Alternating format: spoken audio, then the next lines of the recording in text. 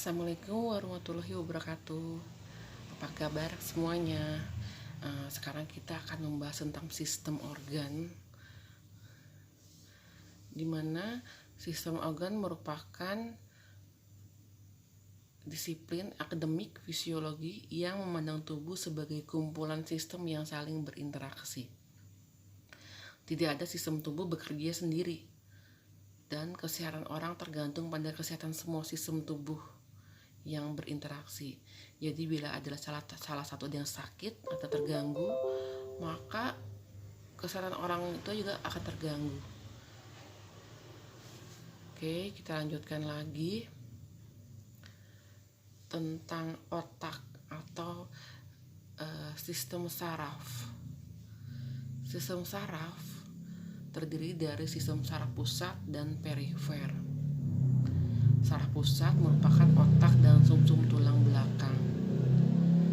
Sedangkan sistem saraf perifer adalah organ pikiran, emosi, sensoris, pengolahan, dan melayani banyak aspek komunikasi dan kontrol dari berbagai sistem dan fungsi-fungsinya.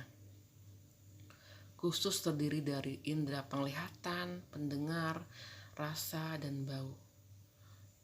Mata, telinga, lidah, dan hidung mengumpulkan informasi tentang lingkungan tubuh yang akan dilaporkan ke otak.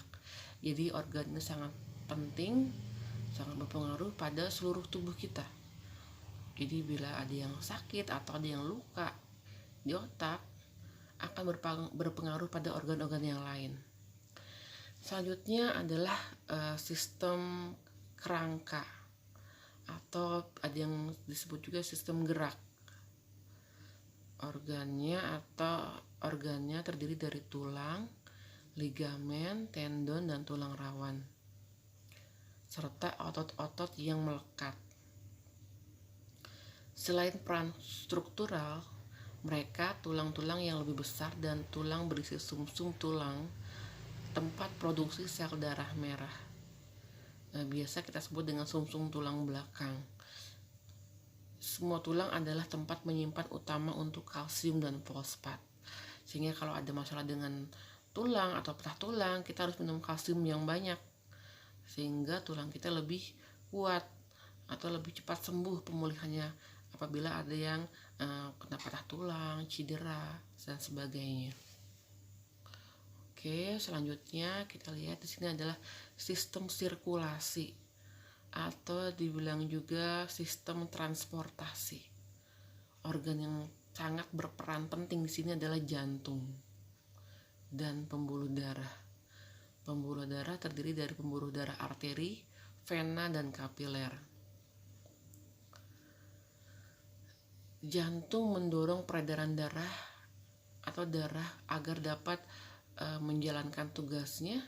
Dia mentransfer oksigen atau bahan bakar nutrisi ke seluruh tubuh, ke seluruh sel-sel atau bagian tubuh yang lain. Darah terdiri dari cairan yang membawa sel-sel dalam sirkulasi, termasuk beberapa bergerak dari jaringan pembuluh darah dan kembali. Selanjutnya adalah sistem pernapasan. Organ terpenting di sistem pernapasan adalah paru-paru. Organ lainnya adalah hidung, nasofaring, trakea, di mana dia akan membawa oksigen dari udara atau dari lingkungan kita dan mengeluarkan karbon dioksida kembali ke udara.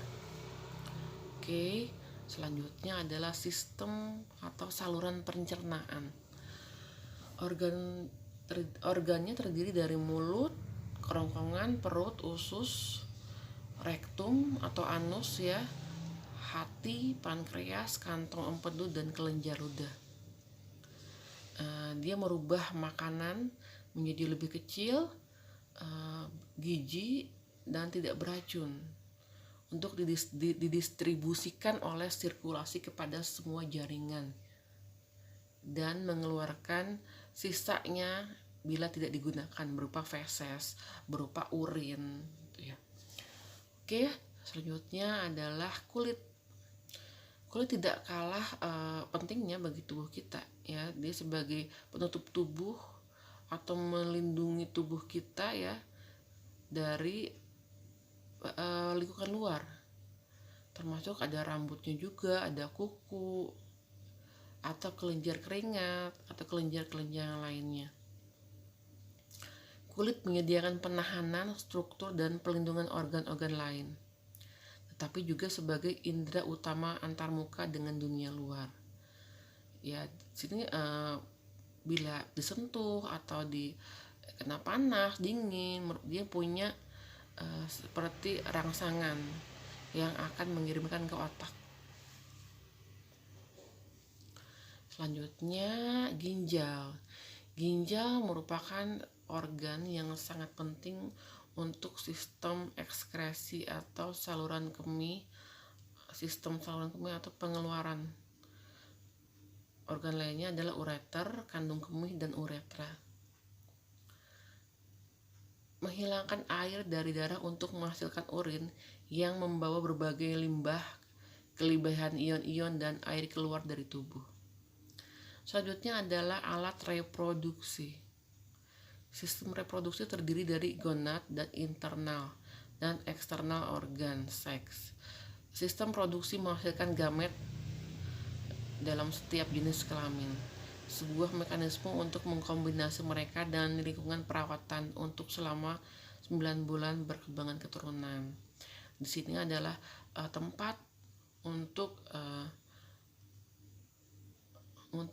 pembuahan antara jantan dan betina untuk menghasilkan janin ya. Oke. Selanjutnya kita lihat di sini adalah sistem kekebalan tubuh.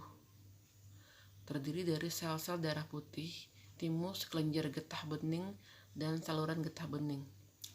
Yang juga bagian dari sistem limfatik.